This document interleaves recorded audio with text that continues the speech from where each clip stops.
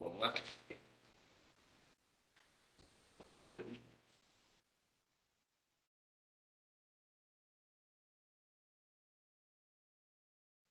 A gente que tem que iniciar, né? Eu acho que sim, tem que iniciar aqui.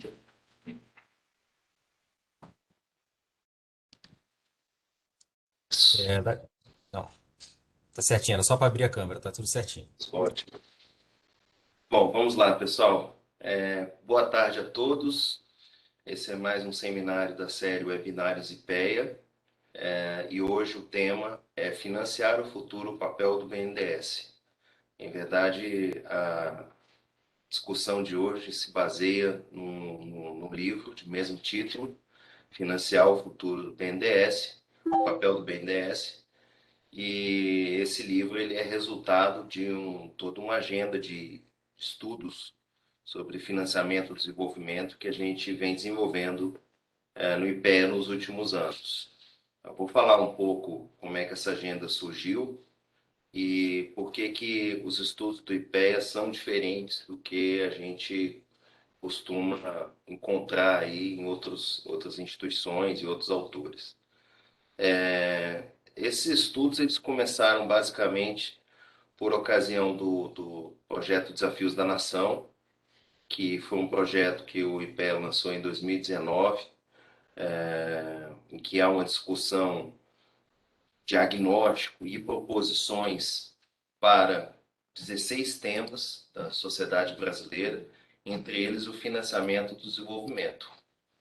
Está aí a capinha do Desafios da Nação, vai aparecer daqui a pouquinho. Desse projeto Desafios da Nação, surgiu aí Desafios da Nação, vai aparecer.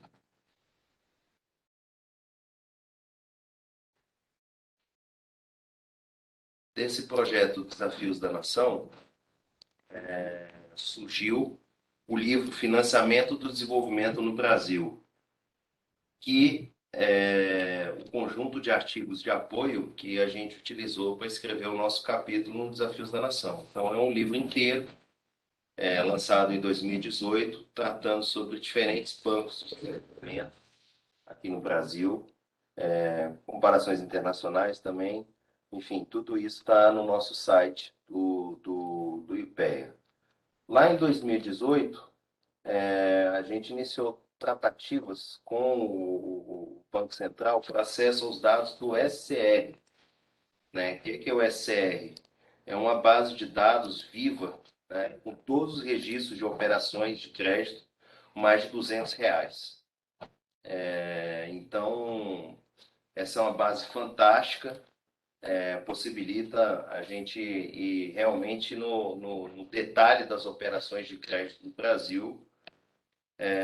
E quando a gente pôde reunir esses diversos bancos de dados do IPEA com o SCR, a gente começou a ter um diferencial muito grande nos estudos que a gente poderia fazer, né? E esse conjunto de estudos, baseados, entre outras coisas, entre outras técnicas, mas muito fortemente calcado em observação empírica, né, com base nesses dados, forma a base do livro Financiar o Futuro, o papel do BNDES, que está sendo lançado e discutido hoje. Tá? Então, o que eu posso dizer, qual é o diferencial desse livro hoje? É a questão das comparações internacionais, que a gente tem feito também ao longo do tempo, quer dizer, em que medida os bancos de desenvolvimento eles podem ser comparáveis em termos de mandato, corpo de atuação, tamanho, nível de desenvolvimento dos países, esse tipo de coisa. Há uma análise do papel do BNDES recente na pandemia, né? Isso foi muito importante também ter feito esse tipo de reflexão. E já olhando um pouco mais a parte prospectiva, a gente utilizou muito os dados, os conjuntos de dados que a gente pôde reunir ao longo do tempo, tá? Infelizmente, hoje não poderemos contar com a presença do André Calab, que é ex-presidente do IPEA duas vezes, né? Ex-presidente do BNDES, do Banco do Brasil, e ex-secretário do Tesouro. Ele teve um compromisso de última hora e realmente não pôde participar dessa discussão.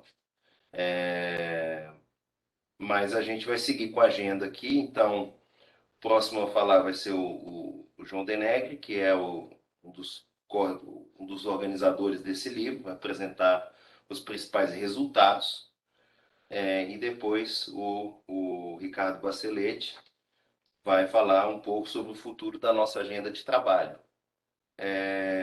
As perguntas elas podem ser enviadas por o e-mail, né, pelo webinar@ipea.gov.br, ou para quem está usando a ferramenta do Webex, no próprio bate-papo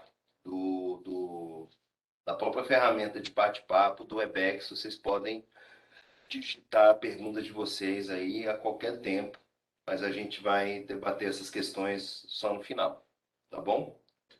Então, vamos passar a palavra aqui para o João Denegri, que vai fazer a apresentação dos principais resultados dessa pesquisa. Bem, pessoal, boa tarde a todos. Nós preparamos uma apresentação com os principais resultados que nós encontramos aí ao longo dessa trajetória de pesquisa. Como o Bruno falou, esse é um livro que tem a continuidade de um trabalho grande que está sendo feito aqui pelo IPEA. Ele trata de um dos temas importantes para o país, que é como que você financia o futuro. Esse foi o nome que o Bruno e o Bacelete escolhemos aqui para esse livro, em especial porque os novos mecanismos de como financiar o futuro do país e o desenvolvimento, eles são peças-chave no crescimento do Brasil. O pano de fundo do livro, ele está baseado na ideia de que você deve ter um conjunto de mecanismos com capacidade de gerar mais produtividade e gerar mais crescimento econômico. O início do livro foi elaborado por 11 autores específicos, cada um teve uma tarefa grande no sentido de construir um conjunto de análises sobre o BNDES. Pela primeira vez, a gente juntou as informações de todas as operações de financiamento do BNDES desde 2002 durante 20 anos até 2022. E essas operações do BNDES representam trilhões de reais que foram financiados na economia brasileira. Essa é uma característica importante desse livro. O livro, então, ele analisa o papel que o BNDES teve no passado e o papel que o BNDES terá no futuro para o financiamento do desenvolvimento do Brasil.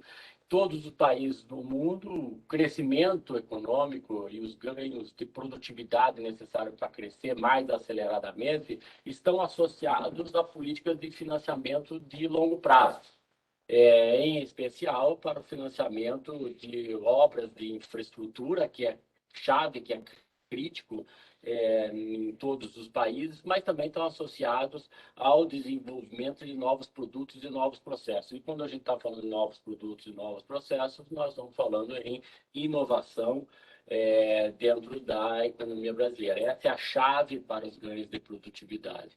Então, o Brasil competitivo, ele depende da sua capacidade de financiar esse investimento de longo prazo e criar oportunidades dentro da economia. Uma das grandes conclusões é que, do ponto de vista do contexto geral, há necessidade de uma nova geração de políticas que compartilhe justamente o público e o privado. Era a chave dentro dessa capacidade que o país tem de financiar o seu futuro. Então, o compartilhamento entre o público e o privado é a chave, e a ideia de um amplo leque de investimento é necessário para que novos mecanismos surjam. Existe um grande debate sobre a combinação de instrumentos de financiamento. Não é apenas uma discussão sobre a política de crédito em si, mas é uma política da política de crédito, da política de equity, da grande capacidade de ter mecanismos de financiamento dentro de uma combinação de instrumentos que aqui hoje conhece no mundo como a ideia de você ter blended finance, que é a forma de você combinar diferentes mecanismos para financiar o seu desenvolvimento.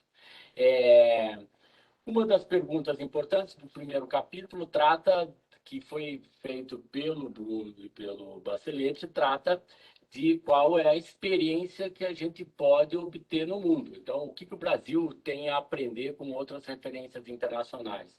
O livro traz um conjunto de elementos com análise sobre o CDB na China, o KDB na Coreia do Sul e o KfW na Alemanha. Ele compara as economias respectivas desses países com esses grandes bancos de desenvolvimento que são os que se assemelham ao BNDES aqui no Brasil.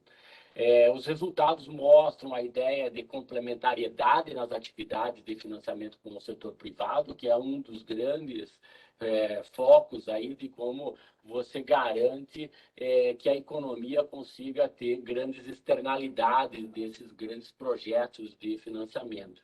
E as experiências internacionais também mostraram nesse trabalho de que os projetos necessitam de uma coordenação. E a coordenação ela não é exclusivamente do setor público, mas também nesse compartilhamento de responsabilidades. Então, os bancos de desenvolvimento assemelhados ao BNDES atuam tanto como agente de financiador quanto agente direto, ainda que minoritariamente em diversos casos, né? Então, a experiência internacional mostra um papel institucional muito importante nessa estratégia de políticas públicas e numa estratégia geopolítica importante de um país grande como o nosso, que tem uma boa capacidade de financiar as suas empresas e a sua capacidade de crescimento. A ideia da boa governança e da adequada partilha de riscos em projetos é um destaque desta comparação que foi realizada nesse trabalho do BNDES com o CDB, o KDB e o KfW da Alemanha. Nós também analisamos, isso foi no capítulo 2 desse livro, que foi realizado pelo Caian, pela Jéssica, por mim, uma ideia de que o mercado brasileiro de crédito, especificamente, ele não é um mercado totalmente homogêneo, ele tem um mercado de crédito direcionado e um mercado de crédito livre, então nós detalhamos as condições de juros, prazos e as condições que estão colocadas nesse mercado de crédito livre e crédito direcionado. Observamos, então, aí ao longo do tempo que o BNDES é o principal banco de financiamento de longo prazo para as empresas brasileiras. Isso por um lado, traz, evidentemente, a importância que o BNDES tem na economia brasileira, no financiamento nas diversas categorias de empresas pequenas, grandes, médias, diversos setores da economia, mas também coloca um desafio, porque é necessário, inclusive, que a gente consiga aumentar a disponibilidade de crédito privado em diversos bancos para o financiamento das várias atividades que existem dentro da economia brasileira. Portanto, os bancos públicos possuem no Brasil um papel de protagonismo, em especial nos momentos de recessão. E nós ressaltamos aqui nesse segundo capítulo do livro, em especial, a expansão de crédito que teve e a importância que teve essas ações, justamente nos momentos em que, no período recente da pandemia do Covid-19, onde que diversas ações de políticas públicas que foram, inclusive, encabeçadas por diversos bancos públicos, não apenas pelo BNDES, por diversas situações, mas nós analisamos que essas condições de juros e prazo que foram colocados dentro da economia minimizou os impactos de um problema externo tão grande quanto que a gente viveu no período recente, ou seja, não apenas nos momentos de crise, onde essa estrutura de financiamento ela é importante no caso brasileiro, mas também olhando um pouco o futuro e nas transformações que é necessária da economia brasileira.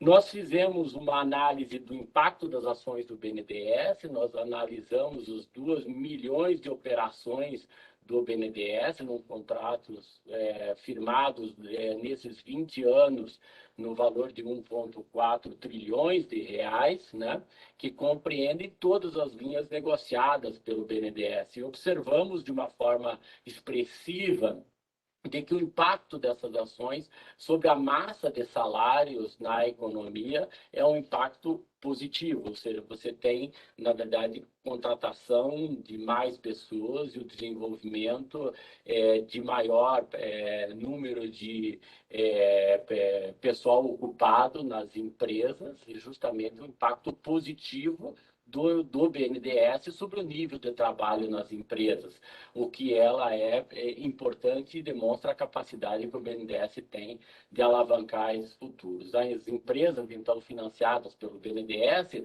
apresentaram uma evolução de massa salarial que pode ser devido, que tem um impacto direto aí no número de empregados, na maior especialização dentro dessas empresas. Observamos também que era talvez necessário isso estar colocado lá dentro do livro como um ponto importante, que o impacto das atividades do BNDES nesses 20 anos, em especial sobre as atividades de inovação tecnológica, teria sido menor do que o desejado por parte desse grupo de pessoas que discutiu esse tema, em especial porque uma dos pontos colocados aí dentro desse debate é que talvez há necessidade da gente reformular os instrumentos de políticas públicas, em especial em direção às atividades onde tem maior impacto sobre a produtividade. E nesse caso nós estamos falando das atividades de inovação tecnológica que tem um impacto grande sobre a produtividade. Nós caracterizamos isso, inclusive, tanto do ponto de vista do pessoal ocupado, quanto especificamente do pessoal ocupado em atividades de maior conteúdo tecnológico. Por isso que nós ressaltamos aí esses resultados.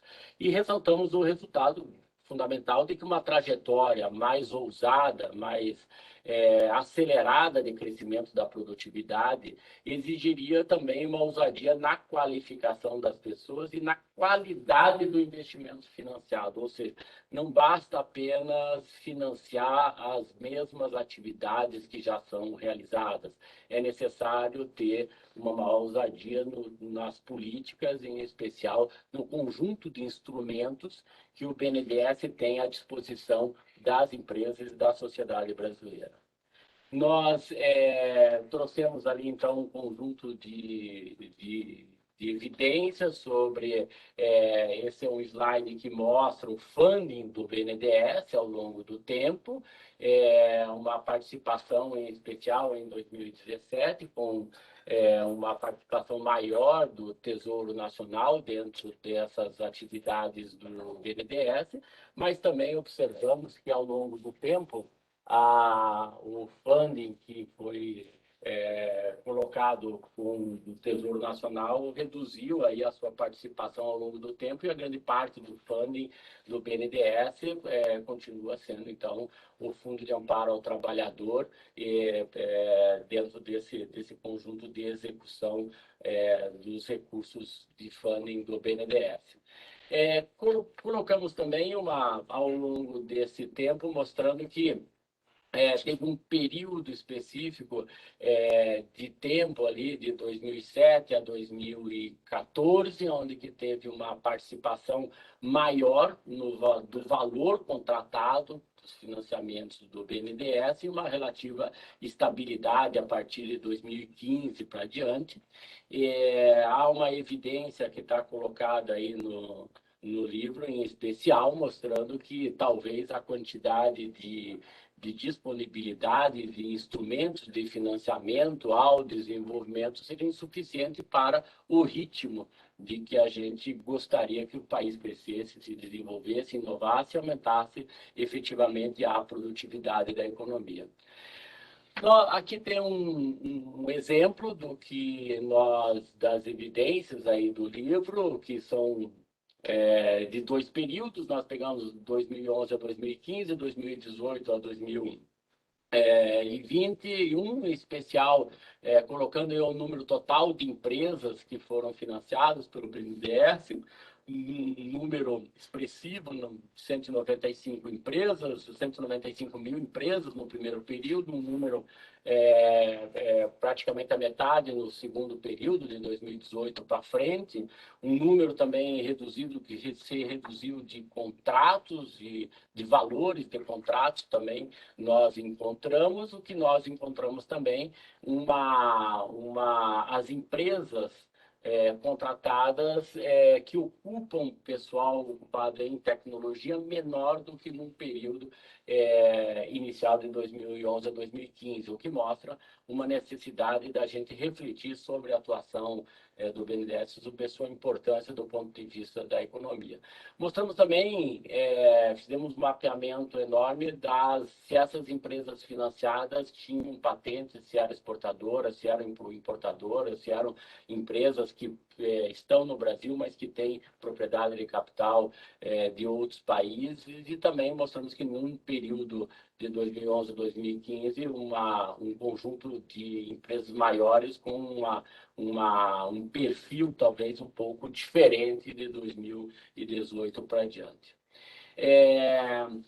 Nós fizemos um outro trabalho específico mostrando a discussão sobre o BNDES e os projetos de infraestrutura, um trabalho que, além da Ludmila e do Rafael, teve a participação importante do Davi, que ressaltou e fez um banco de dados específico para a nossa pergunta era, olha, aqueles municípios onde tem financiamento de projetos de infraestrutura, qual que é o impacto disso nos municípios? Então, a gente analisou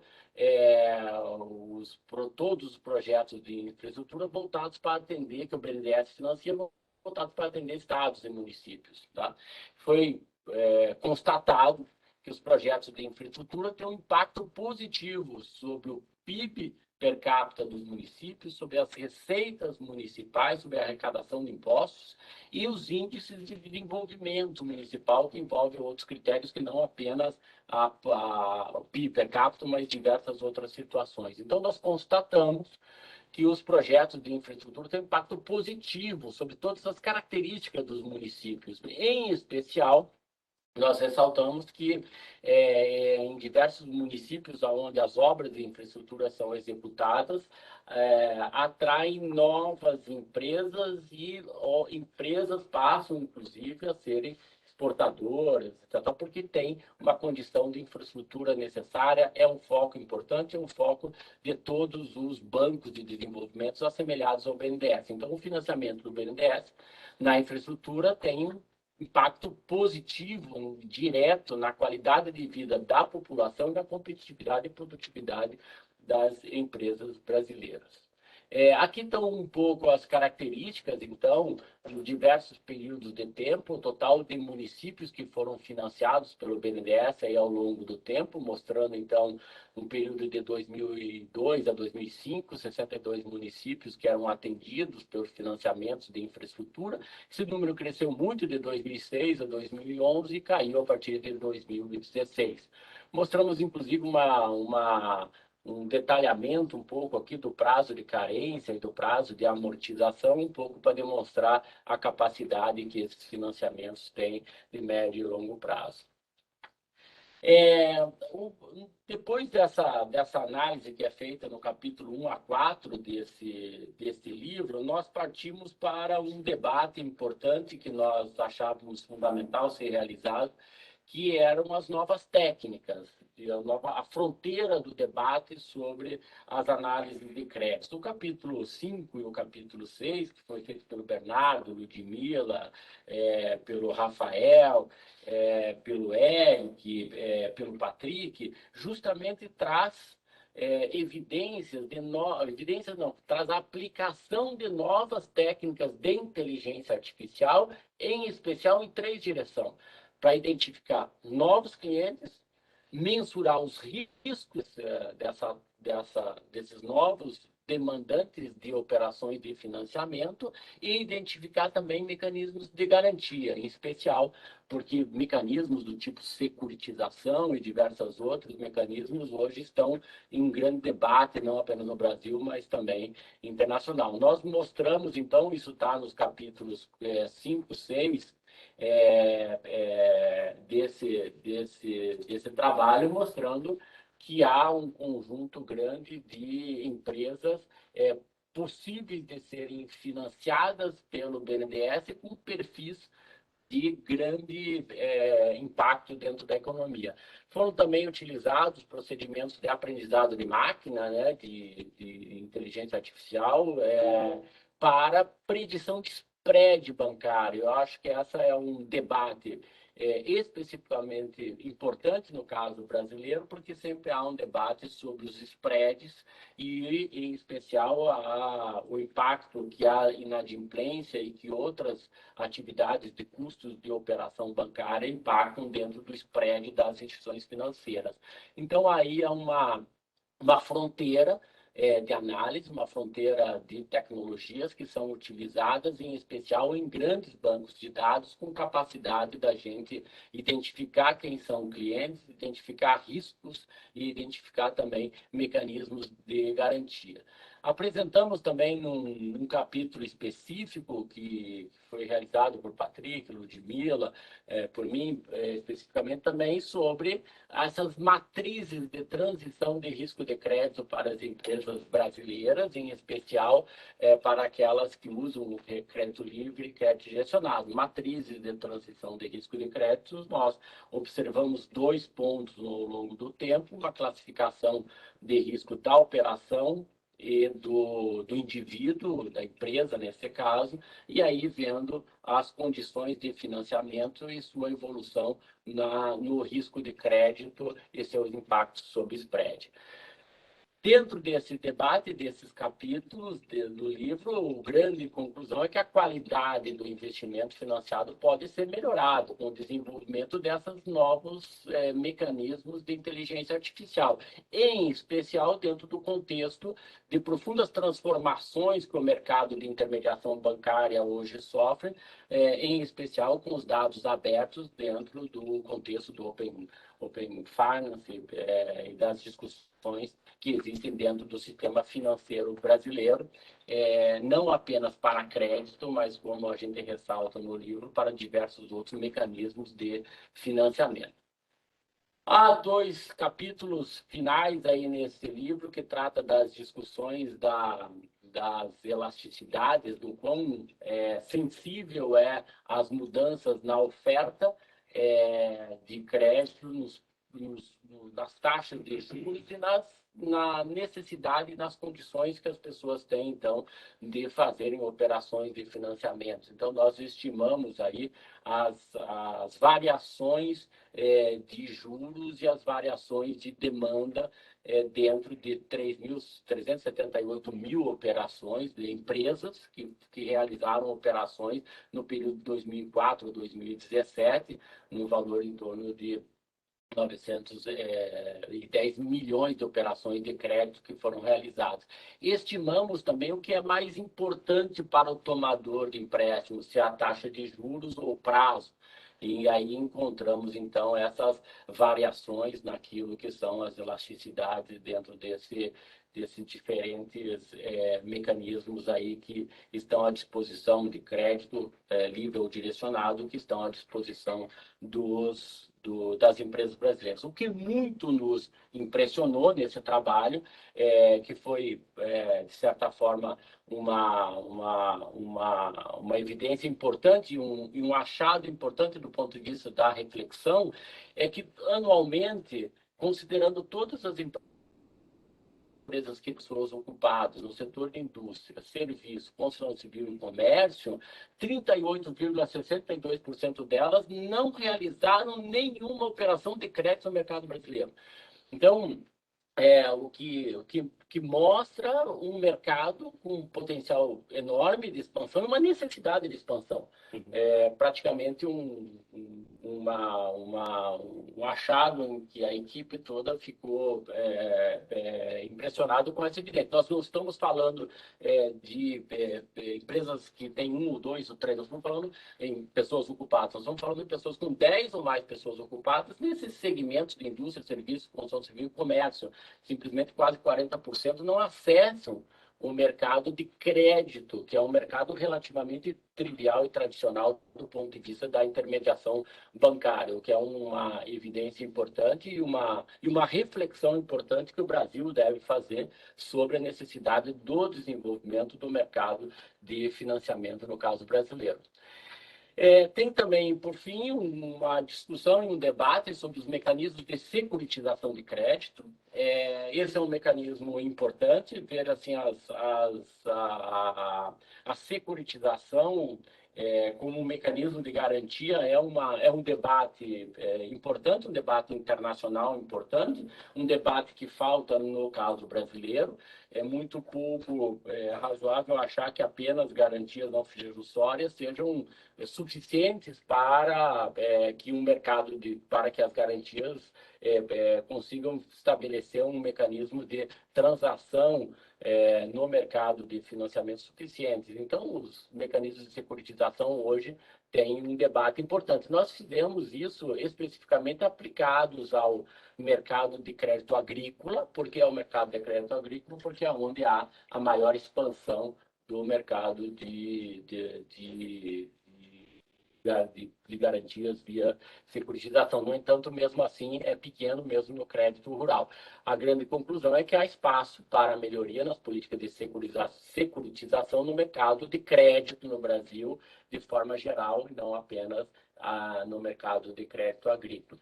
E, neste caso, novamente, os mecanismos baseados em inteligência artificial, machine learning, etc., são crítico para o desenvolvimento desses mercados. E aqui há um debate enorme nas chamadas fintechs, que são as pequenas empresas de base tecnológica que emergem e que são voltadas especificamente dentro do mercado de intermediação bancária. Falo pequenas empresas, mas, no fundo, são empresas de porte razoável, mas com muita tecnologia e com muita capacidade de auxiliar o desenvolvimento do mercado financeiro, no caso brasileiro. É isso, a versão preliminar do livro está lá, dentro do site do IPEA, está disponível aí no site do IPEA, com uma publicação preliminar, porque falta revisão de forma, mas eu acho que todo o conteúdo, o debate, está aqui para discussão, enfim, para que a gente faça com que esse mercado de intermediação financeira cresça no Brasil, em especial neste livro, tratando especificamente do papel que o BNDES tem de financiar o futuro e financiar o desenvolvimento desse país. É isso. Isso aí. Muito bem, obrigado, João. Acho que conseguiu aí ter um poder de síntese muito bom de resumir 10 capítulos em menos de 30 minutos. Certamente haverá dúvidas e outras reflexões aí para o pessoal. Mas antes vamos discutir aqui um pouco com o Ricardo Baccelete quais seriam alguns pontos para uma agenda futura, né, nessa área de financiamento e desenvolvimento aqui no IPEA. Obrigado, Bruno. Bom, esse livro, esse trabalho que a gente fez, ele não encerra uma agenda de trabalho, né? Muito pelo contrário. Ele abre novas frentes, novas fronteiras de análise, de estudo que já estão sendo desenvolvidas, né? Até porque essa é uma agenda, é um setor vivo, né, que está em constante transformação. Essa agenda de trabalho ela começou lá em 2016, de uma lacuna que nós identificamos no IPED, estudar financiamento de longo prazo, enfim, mecanismos de fomento ao desenvolvimento.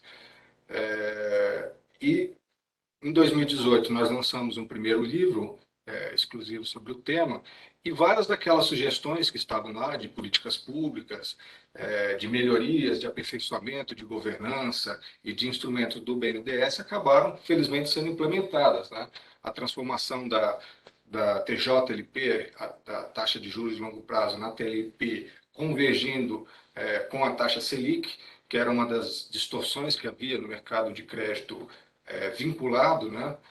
Ou seja, aquele crédito que ele é direcionado para determinados segmentos, setores, e além disso, naquela época, naquele período, era extremamente subsidiado. Além de ser direcionado, ele tinha subsídios implícitos, explícitos, né?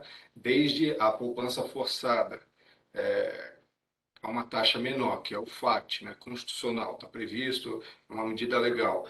A expansão que se deu posteriormente, né, via capitalização do Tesouro, para o BNDES capitalizava uma taxa na época 14% e emprestava 2,5%. Essa equalização de juros, essa diferença, era pagada pelo Tesouro, era bancada pelo Tesouro com dinheiro do contribuinte. Então, esses subsídios implícitos, explícitos, não que sejam taxativos de forma primitiva, mas eles têm que ser quantificados, analisados do ponto de vista de impacto, né? E precificados, né? Mas, ao mesmo tempo, sugerir mecanismos que diminuam essas distorções, né? Então, essas foram achados que a gente fez lá atrás e que, mesmo assim, essa agenda ela continua se desenvolvendo, né? Uma dos achados que nós identificamos, né, situando o BNDES com seus congêneres internacionais, porque é muito fácil criticar, né, e há críticas diversas, procedentes ou não, mas para essa crítica, para esse debate ser de alto nível, ele tem que ser qualificado. E como é que se qualifica isso? Por parâmetros. E nós adotamos parâmetros internacionais que posicionam o BNDES frente aos seus congêneres internacionais, né? Então, uma das coisas que a gente identificou é que o BNDES, naquela análise multifatorial, vendo renda per capita, peso na economia, peso no sistema de crédito total, né? O crédito livre, crédito vinculado, a gente viu que o Brasil, com o BNDES, ele não é ponto fora da curva. Ao contrário, né? Ele está par e passo com os seus congêneres internacionais, que é o Banco Coreano, KDB, o alemão, KfW, CDB. Então, a gente pode discutir o tamanho do banco, o seu peso? Ok, podemos, não, mas não se limita a esse o debate, né? Porque, de fato, o BNDES está dentro da curva dos congêneres internacionais. Claro que há a liberalidade do governo, da política pública, para diminuir ou ampliar o seu tamanho. Mas, parametrizando internacionalmente, ele não era ponto fora da curva. Bom, então, a gente, verificando que o BNDES ele está dentro dos parâmetros internacionais, por que então que os impactos do ponto de vista de desenvolvimento, né, na indução do desenvolvimento, não foram tão bem sucedidos como em outros países ao longo de décadas, né? Não estamos nem falando de gestões pontuais, mas assim, o Brasil não decolou como a Coreia a partir dos anos 60, 70, né? Que a Coreia tem o seu banco de desenvolvimento, ou como a Alemanha no pós-guerra, ou mesmo como a China em décadas mais recentes. Então, aí a gente viu que a análise quantitativa ela deve ser complementada por uma análise qualitativa. E aí, essa análise qualitativa ela vai desde a parte de capitalização do banco, a forma como ele se capitaliza, não somente o seu tamanho, se é o funding do banco, se ele é via tesouro, se ele é via letras no mercado privado, por exemplo, coisa que o banco chinês, o CDB, ele faz. Ele lança títulos a mercado para capitalização, revertendo isso em projetos que têm impacto, externalidades, impactos no desenvolvimento, impactos sociais, enfim, que não só eles geram crescimento, mas é portador de futuro, que gera crescimento futuro, né? Setores tecnológicos, logística, transportes. Então, isso a gente viu que esse debate ele tem que ser mais qualitativo, né? Pormenorizado, comparando cases internacionais. E aí então fica aquela pergunta, por que então, né, qual é a necessidade, a utilidade, ou mesmo se é imprescindível ter um banco de desenvolvimento estatal, né? Se podemos dar melhor eficiência nos mercados, qual é a necessidade ainda de termos o BNDES? E isso a gente encontra algumas dessas respostas, né, indicativos disso, nas experiências internacionais, porque a intermediação financeira, que não envolve só bancos, exige mediações de longo prazo que não necessariamente os bancos, dentro da sua política e dos seus objetivos, atendem, né? Projetos de maturação longa, que às vezes demoram, sei lá, um porto, uma ponte, 50 anos para maturação, os investidores privados não necessariamente, o investidor capitalista vai ter interesse nesse projeto. Então, essa intermediação por via estatal, além disso, a coordenação de projetos também, para se fazer um porto, precisa se fazer uma ferrovia, uma rodovia para dar acesso. Então, esse papel de coordenação de projetos, capacitação técnica também exigem que seja um banco de desenvolvimento com visão e com objetivos maiores do que o próprio projeto a ser financiado, né? E nisso há muito a ser explorado, né? Nossa agenda futura pretende explorar, o João já mencionou aqui o trabalho dos nossos colegas, com inteligência artificial se pode diminuir não apenas essa questão de o funding e o diferencial de juros, a equalização, mas também os custos de transação para redução desse spread de operações. As fintechs, né? Hoje, com celular, a gente pode aplicar em fundos, né? Letras, debêntures, letras incentivadas.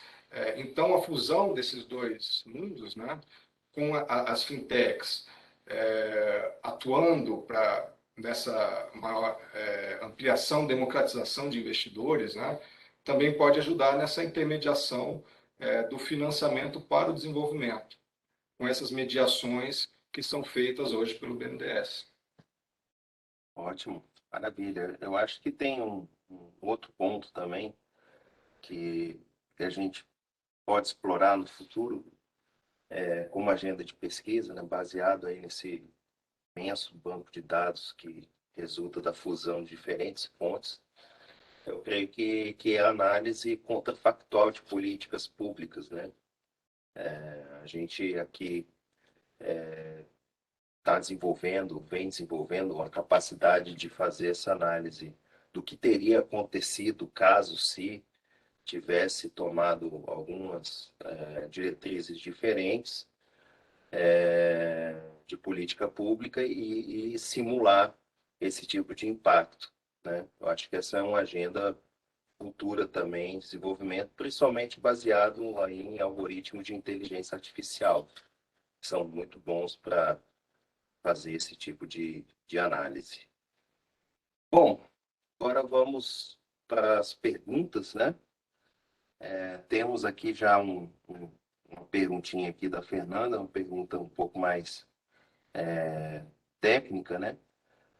O dado de volume de contratação do BNDES 2021 se refere ao ano todo ou é parcial?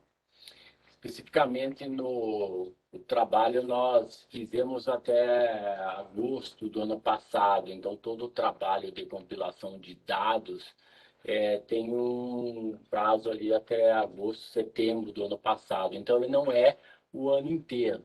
Ele trata de um conjunto de operações que foram realizadas até esse ano. Talvez essa pergunta nos coloque o mote principal de ver que ela tem um conjunto de dados ali, ele cobre 20 anos fechados, de 2002 a 2020, fechados com dados que vão até 2021, até setembro de 2021. O que eu acho que ele é relevante do ponto de vista de um conjunto de informações que ele constrói pela primeira vez no Brasil um banco de dados de relevância para análise de impacto e de novas oportunidades que tem nesse mercado. Aquelas evidências de que o impacto do BNDES, em especial sobre as atividades de maior, que geram mais produtividade na economia, em especial as atividades de inovação tecnológica, de mudanças do ponto de vista das tecnologias e da forma como a sociedade produz bens e produz serviços, eu acho que talvez essa seja uma das conclusões especialmente relevantes aí, tanto no trabalho de comparação internacional, quanto nesse volume de massa de informações que a gente tem. O Brasil precisa reformular, de fato, muito das suas atividades e seguir bons exemplos internacionais. O debate de blended finance, de combinação de instrumentos que é feito hoje no âmbito dos países que estão debatendo na OCDE, ele é uma das agendas importantes de futuro, no caso brasileiro, em especial dos bancos de desenvolvimento. Olhar esse conjunto grande de informações e, principalmente, ter noções aí do que acontece ao longo de um espaço longo de tempo, eu acho que ele é crítico no caso brasileiro. Maravilha.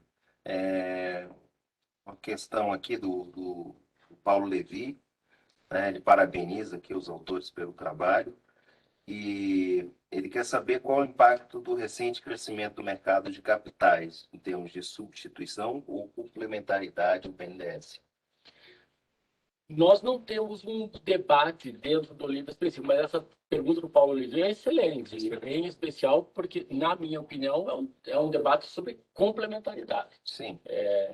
Em especial, e dentro de um mercado que ele não é tão desenvolvido, no caso brasileiro, e que há um enorme espectro de políticas necessárias para tornar esse mercado mais flexível, não sei se essa palavra é correta, mas com maior capacidade de transacionar ativos, equity, em especial em venture, que são ativos de maior risco tecnológico e onde estão grande parte dos desenvolvimentos. Né? Eu acho que tem alguma pista nisso daí, no artigo que vê as elasticidades de crédito livre direcionado, né? Tem uma elasticidade cruzada entre os dois, né? Eu sei que é muito difícil tirar a endogenia dessas coisas, né? Mas uma racionalidade de complementaridade acaba aparecendo na equação muito porque uma empresa que consegue um crédito privado sinaliza positivamente para o mercado para também conseguir um crédito livre e vice-versa, né? Enfim, do ponto de vista econométrico é muito difícil isolar esse tipo de efeito, mas é o que aparece, pelo menos em termos de correlação, vamos colocar dessa forma. E eu acho que em termos um pouco mais profundos, acho que é isso mesmo, quer dizer, é uma discussão sobre como financiar de uma forma mais global, né? Claro que no momento de crise, o BNDES ele teve um papel primordial, né, para financiar giro e as próprias ações públicas na vida, na forma de Pronamp, esse tipo de coisa, enfim, tinha que ser feito, né? Mas um debate um pouco mais estrutural certamente passa pela complementaridade, né, dos dois instrumentos. O debate está quente aqui, viu? Muito bom. Só complementando, Bruno, esse debate enfim, a participação do mercado de capitais nesse sistema de intermediação financeira, né, que vai além de bancos, né, financiamento da economia das empresas, ele foi explorado no nosso livro anterior, né, aquela relação entre crédito livre, vinculado, como que o crédito vinculado ele acaba por direcionar, induzir a alocação, e como que isso afeta o crédito livre, né, porque, enfim, ele acaba drenando a necessidade de financiamento do Estado pela emissão e aquela coisa que se retroalimenta, né? É, porque ele acaba obstruindo os canais de transmissão da política monetária, o crédito tinha que ser maior para poder ter os efeitos desejados e aí acaba aumentando a necessidade do crédito vinculado a taxas subsidiadas, né? Esse era o puzzle e a armadilha que a gente tinha até recentemente, né? Então, na medida essa discussão e toda essa dinâmica, ela envolve um cenário mais amplo que foi feito de reforma fiscal, né? Enfim, começou lá em 2016, ancoragem de expectativas que permitiram que a taxa a taxa de juros ficasse num patamar mais baixo, prescindindo enfim, diminuindo a dependência do crédito vinculado. E com isso o que a gente viu foi o aumento do crédito livre e do mercado de capitais, né, nesses anos recentes, né? Não por acaso se expandiu tanto de forma complementar ao sistema financeiro, né? Hum. Bom, aqui uma pergunta do Fabiano. Na verdade, ele faz duas, Fabiano Poppermayer. Ele faz duas perguntas, eu vou agrupar aqui.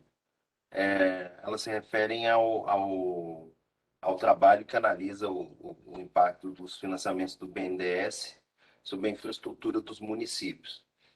Tá? A primeira pergunta é a seguinte: o impacto ele é de curto ou de longo prazo? Tá? E a segunda pergunta diz respeito a efeitos sobre migração, né? Por exemplo, municípios próximos aos que recebem financiamento podem doar trabalhadores, contribuindo para o aumento do PIB nos municípios beneficiados, mas reduzindo o PIB no local de origem. Já os municípios longe dos beneficiados tendem a não sofrer o efeito. Tem algo sobre essa discussão de migração? Especificamente, viu, Fabiano, sobre migração, nós não fizemos essa pergunta. Essa é uma boa pergunta. A sua primeira pergunta, especificamente sobre os impactos no longo prazo, sim.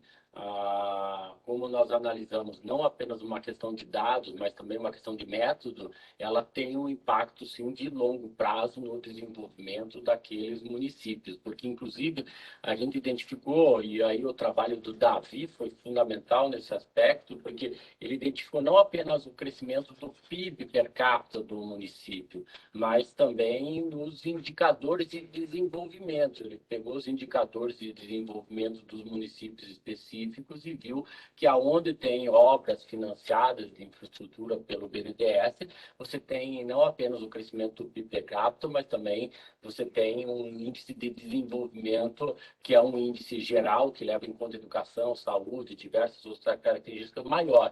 E também identificamos a chegada nos municípios, ou o surgimento aí de empresas que não exportavam, que passaram a exportar, ou mesmo de outras atividades que não existiam e que passaram a existir.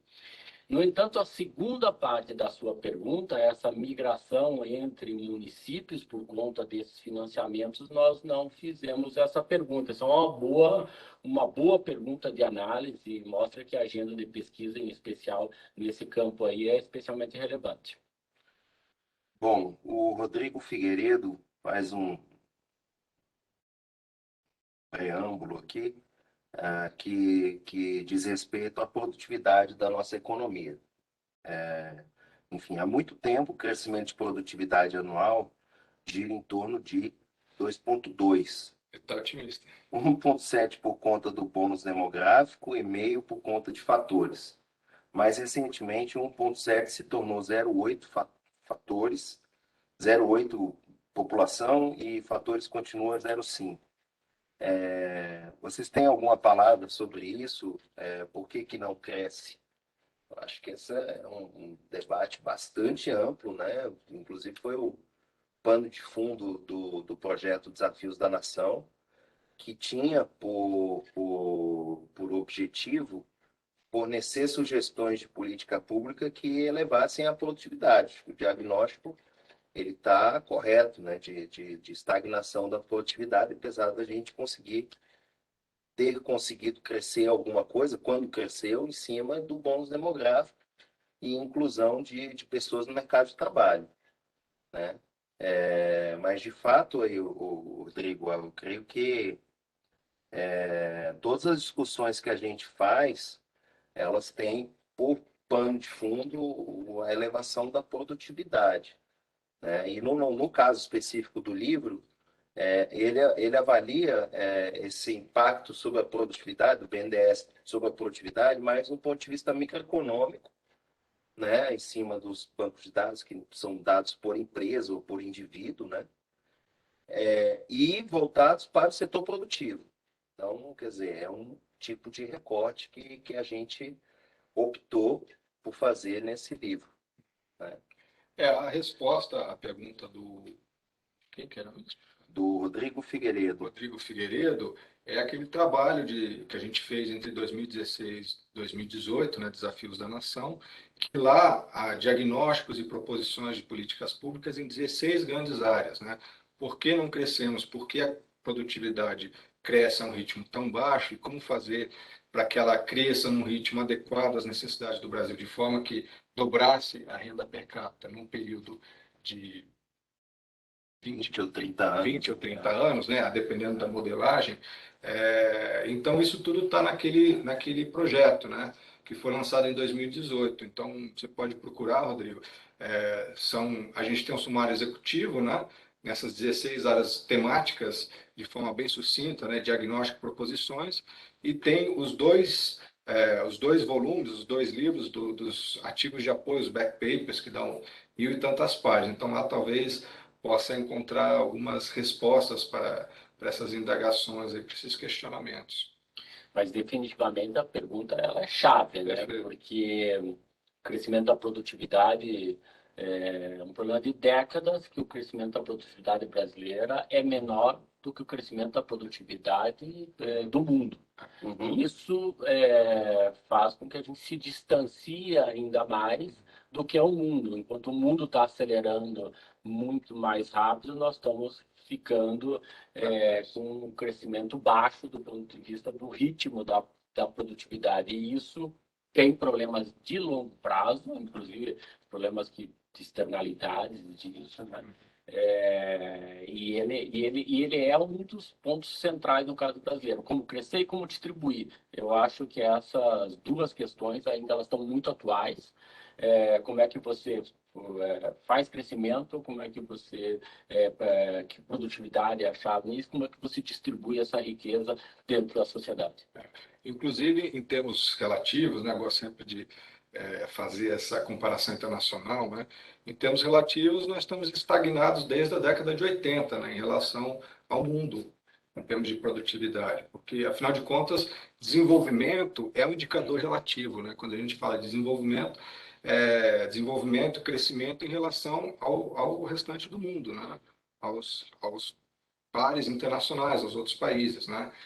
Não adianta um país ter taxas de crescimento produtivo, enfim, crescimento de produto positivo durante décadas, mas se outros países crescem num ritmo maior, a gente acaba ficando para trás, inclusive com impactos isso no IDH, qualidade de vida, enfim, acesso a bens e produtos, a serviços públicos.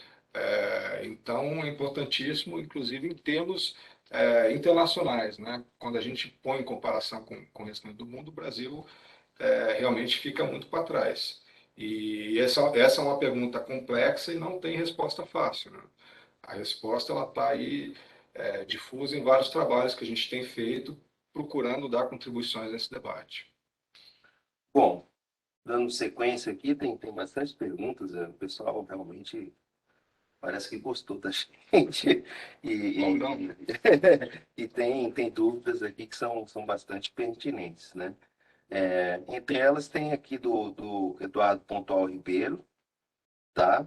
Parabeniza aqui pelos estudos, muito bom, pelos frutos de uma agenda de longo prazo de pesquisa, com resultados novos em relação aos estudos anteriores. A pergunta, poderia esclarecer as diferenças das elasticidades de demanda de crédito estimadas? Quer dizer, um pouco debater aquele artigo sobre as elasticidades, né? Nós, naquele artigo, no artigo que é o capítulo 9 do livro, ele trata da elasticidade no mercado livre e no mercado direcionado de crédito. A pergunta original que gerou o artigo foi se nós mudássemos a composição do mercado de crédito livre e mercado de crédito direcionado, a demanda de crédito, ou seja, se você mudasse essa composição. Grosso modo, no mercado brasileiro, tem metade é crédito livre, metade é crédito direcionado, e a outra metade para pessoa física e outra metade para pessoa jurídica. A nossa pergunta era, mudando essa composição de crédito livre e de crédito direcionado, o crédito direcionado é o crédito dos bancos públicos com taxas de juros controladas pelos bancos públicos. O crédito livre é o mercado de crédito dos bancos privados, fundamentalmente, mas tem bancos públicos que atuam nesse mercado também, onde as taxas flutuam de acordo com o mercado. A nossa pergunta foi qual que era mais sensível. É por isso que há uma diferença nessas elasticidades, porque nós estimamos como se o mercado não fosse, não se comunicasse, e depois estimamos também como se o mercado se comunicasse, justamente por conta do debate que o Bacilete colocou logo aqui no início, que diz respeito ao funcionamento desse mercado. Agora, além das elasticidades, o que é fundamental, aquela pergunta do Paulo Levi também, ela é especialmente relevante nesse debate, em especial porque o crédito ele é um mecanismo tradicional de financiamento aí das atividades produtivas, né? O equity e o mercado de capitais, teria que ter um espaço muito grande de crescimento dentro de uma composição de diversos instrumentos para financiar o desenvolvimento. Então, é um pouco dentro desse debate. Bom, falando assim muito rapidamente os resultados assim de orelhada, para usar a gíria aí, o que a gente tem é que o crédito, a demanda, ela é elástica, né, com respeito aos juros, é pouco elástica, né, pouco maior do que um. Então, se você aumenta lá 1% da taxa, você tem uma resposta de mais de 1%, né, na demanda, e relativamente inelástica com respeito ao prazo, mas uma elasticidade positiva, ou seja, quando você aumenta o prazo da operação, você tende a pegar mais crédito. Enfim, a elasticidade aqui é 0,31 para demanda de crédito direcionado e 0,10 para demanda de crédito livre. No caso do prazo. Isso, no caso do prazo. Tá. Bom, seguindo aqui, tem um questionamento aqui do Luiz Gustavo Martins, tá? Excelente apresentação, incrível esforço de síntese, realmente. Pergunto se vocês estão pensando em trabalhar no futuro o papel do financiamento do setor público e no impacto em infraestruturas urbanas no desenvolvimento. Há um dado preocupante que em 2018 nenhum projeto de infraestrutura financiado pelo BNDES foi contratado por um estado ou município. Mas parabéns. Eu acho que esse é um grande debate no caso brasileiro, né? Eu acho que o que sempre é bom de uma pesquisa é quando você acaba a pesquisa e tem mais perguntas do que respostas. Isso significa que você chegou, está no caminho certo. A pergunta dele é fundamental. Acho que talvez a gente deveria, de fato, aprofundar os mecanismos de financiamento dessas infraestruturas, no caso brasileiro. O que a gente observou que estruturalmente, no mundo inteiro e no Brasil, o foco no setor de infraestrutura ele é crítico. Crítico, inclusive, para aquela pergunta inicial aí do impacto sobre a produtividade da economia brasileira. Sem uma boa infraestrutura, nós não conseguiremos fazer com que a produtividade da economia brasileira cresça de forma mais acelerada. Definitivamente, esse é um foco fundamental. O segundo foco, que eu acho que é uma grande lição aí do livro, não apenas desse livro, mas também do livro inicial que nós publicamos lá um ano e pouco atrás, que é financiamento e desenvolvimento, é o foco em atividades de inovação tecnológica, porque não basta apenas você produzir da mesma forma como você produzia, você tem que incorporar novas tecnologias. Incorporar novas tecnologias não é apenas mudar máquinas e equipamentos, você tem que mudar toda uma cultura. Então, no caso da infraestrutura, as transformações tecnológicas nos espaços urbanos e nos diversos outros espaços que existem das sociedades, ele é crítico. As mudanças tecnológicas, elas não são apenas em produtos, elas são também em produtos, em serviços, em processos. É por isso que não dá para olhar a infraestrutura de uma forma tradicional. É preciso também inovar dentro desses financiamentos à infraestrutura em espaços urbanos e não urbanos que existem no caso brasileiro. Existe toda uma questão, né, em debate sobre o financiamento das infraestruturas inteligentes, né? Quer dizer, eu acho que o João está trazendo que não basta só você financiar a infraestrutura como a gente já conhece. De alguma forma, temos que aproveitar uma vantagem de latecomer, né? E analisar o que tem de mais moderno no mundo, enfim, que seja ambientalmente sustentável, que de fato tem impacto sobre o tempo das pessoas e esse tipo de consideração, e já financiar aquelas coisas que em termos de infraestrutura, estão na fronteira, né? Em alguns casos, é claro. Fazendo aqui um pouco de propaganda, né? Eu lancei um estudo recentemente que calcula a elasticidade da infraestrutura sobre o PIB, né? Considerando os fatores de trabalho e capital também nesses modelos de crescimento. Então, você teria uma elasticidade aí de cada 1% de infraestrutura que você investe, você gera 0,17% no PIB. Isso fazendo uma meta-análise, analisando diferentes estudos em diferentes lugares do mundo. Então, seria de 1 para 0,17, mais ou menos essa ordem de grandeza. Bom, ainda nessa questão de infraestrutura, tá? Esse é um tema quente. Ricardo de Menezes Barbosa parabeniza os autores pelo trabalho e faz uma questão aqui. Em teoria, projetos com externalidade positiva, infra, inovação, etc., podem ser fomentados via subsídio. Como exigir esse tipo de atuação do BNDES no mundo sem TLP? Eu vou arriscar aqui uma resposta que, na verdade, o nosso estudo ele não exclui de largada a possibilidade de outros instrumentos de política pública, né, para financiar inovação, infraestrutura, esse tipo de coisa, né? A gente acredita que é necessário todo um ecossistema para financiar essas atividades que não necessariamente via crédito. De alguma forma, a gente limitou o escopo do livro para o crédito e talvez mais ainda para o BNDES por uma razão editorial e por uma razão de agenda de pesquisa. Mas, é claro, existem outros instrumentos, né, como, por exemplo, subvenção econômica, que financia supostamente uma inovação mais radical, com risco de P&D maior, né, que aí a FINEP tem um papel fundamental. Outros instrumentos também de cunho fiscal para o financiamento dessas atividades que tem um caráter muito forte de bem público, né? Acho que, quer dizer, a gente não exclui essa possibilidade, pelo amor de Deus.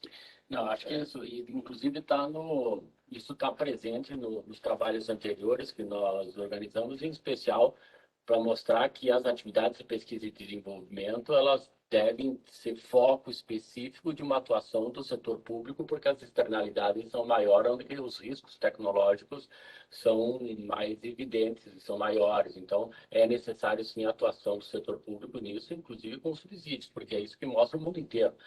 O Brasil tem instrumentos nessa direção, pode ampliar e pode, inclusive, ser um foco importante e até maior do que o BNDES faz em alguma medida, né? A reformulação dos instrumentos de financiamento desses bancos de desenvolvimento, ela é fundamental. O trabalho do Bruno e do Bacelet, que mostram o CDB, o KDB e o KfW no mundo, ali faz uma comparação internacional, mas tem diversos outros trabalhos que eles publicaram mostrando que a atuação desses bancos em atividade de maior risco tecnológico, ela é chave e ela é crítica do ponto de vista de atuação de um banco, inclusive com subsídio, evidentemente, por conta dessa relação entre o público e o privado, os benefícios para a sociedade dentro de atividades de maior risco tecnológico. Inclusive, essa pergunta, ela se coaduna com a pergunta do Paulo Levi, né? Elas dialogam de uma certa forma, porque os mecanismos de intermediação financeira para esse tipo de projetos, eles podem, inclusive, empregar essas soluções tecnológicas, fintech, inteligência artificial, de modo a integrar investidores e tomadores nessas atividades que são de risco, né?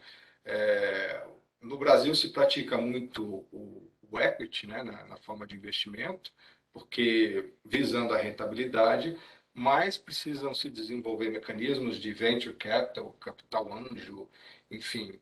E nisso há mecanismos para aproximar essas duas pontas aí, com redução de custos, né, com emprego de tecnologia, enfim. Mas aí também é uma coisa para a gente aprofundar nas agendas futuras, né? A gente pretende analisar, inclusive, isso, quais mecanismos que podem diminuir custos de transação, spread, de forma a dar eficiência a esse mecanismo de financiamento, né? Sim. Bom, por fim, aqui temos um comentário do Fabiano, de novo, Fabiano Poppermeier, e ele faz um comentário em cima do questionamento do Ricardo, que é o seguinte, né, o Ricardo de Menezes, né? Sobre a pergunta do Ricardo, esse é um dos papéis de um banco de desenvolvimento, garantir crédito a projetos de maior risco que nem sempre conseguiriam se financiar no mercado de capitais. Nem precisaria de um subsídio tão forte nesse caso, a simples oferta do crédito já faz o papel de fomento, que é um pouco o que a gente detectou lá na elasticidade cruzada, né? Do crédito direcionado sobre o crédito livre. Quer dizer, de alguma forma o camarada conseguir um crédito direcionado sinaliza positivamente para o mercado de crédito, melhora as condições de adimplência, né? De liquidez e tudo mais, e de fato tem um papel complementar nesse sentido, né? E aí o papel do BNDES, enfim, de um banco público ou um banco de policy, né, como se chama, além de estruturar isso de forma para ter oferta de crédito, é esse aspecto de coordenação e capacitação, né, assistência técnica. Muitas vezes tem o crédito, mas não tem o projeto, né? Inclusive é a próxima consideração dele. Quer dizer, um comentário sobre o papel do BNDES. Recentemente, ele tem atuado mais fortemente na estruturação de projetos de infraestrutura, que depois ele vai financiar. Exato. Coloque na agenda avaliar se esse papel de estruturador contribui mais ou menos para os impactos do projeto de infraestrutura, ou mais simplesmente se contribuiu para aumentar o montante de projetos financiados. Acho que isso realmente está na agenda, né, de avaliar. Isso é que os bancos no exterior fazem, principalmente o CDB, né, como um coordenador de investimentos públicos e privados, e que, enfim, a gente acredita, né, por hipótese, que aumenta o impacto do investimento, né? E esse papel de mediação entre as duas pontas, né? Isso é uma coisa que a gente identificou, Fabiano, em melhores práticas internacionais e que a gente pretende aprofundar, sim. Acho que é uma agenda bem pertinente. Bom, aqui eu acho que a gente está se aproximando do final, né? Já são 3h14 aqui no meu relógio. E de fato a gente tem só mais uma perguntinha aqui do YouTube. A Denise Santana pergunta: qual o nome completo do livro? Então vamos fazer aqui o nosso comercial, tá? Financiar o futuro, o papel do BNDES, tá? A gente vai botar o link para o livro na descrição do vídeo do YouTube e muito provavelmente na ferramenta de bate-papo aí do nosso webinar. Eu não tô enxergando a ferramenta exatamente, mas deve ter o link para o livro, tá? O link direto lá para o site do IPEA. O site do IPEA tem tido alguma instabilidade, mas o link está certo, tá? Então a gente... Só fazendo uma ressalva, né? Essa é a versão preliminar, é uma publicação preliminar, né? Que a gente encontrou aí um meio de fast track para já botar isso aí disponível no debate público. E por isso mesmo a gente pede a tolerância, a compreensão para os erros, enfim, de diversas naturezas, né? A gente vai ter que polir muito ainda, mas já para já estar disponível, a gente publicou nessa forma de publicação preliminar. Não é o produto final ainda, não é a versão final do livro, mas você pode encontrar no site do IPEA essa Isso publicação. quer dizer que a capa dele não está lá das mais belas e tudo, ela vai ficar com a capinha legal. Tem mais erros do que o que a gente normalmente costuma cometer. Então, Mas não necessariamente erros de conteúdo, porque esse conteúdo sim. ele foi debatido ao longo dos últimos 2 anos com vários pesquisadores aqui do IPEA e de fora também. Bom, foi colocado novamente o link aí no chat, tá? Da comunicação está me avisando. E amanhã deve ter um resumo, uma descrição do seminário no YouTube também. E eu gostaria de agradecer demais a presença de todos, ao pessoal da comunicação do IPEA, que sempre viabiliza esses webinários aqui, que cada vez mais tem atraído público. Agradecer aqui aos meus colegas, o João Denegre e o Ricardo Baceletti, aqui pela oportunidade da gente fazer essa discussão. E leiam o livro, divulguem, curtam bastante e a gente se vê numa próxima oportunidade. Muito obrigado. Obrigado, pessoal. Obrigado. Tchau, tchau.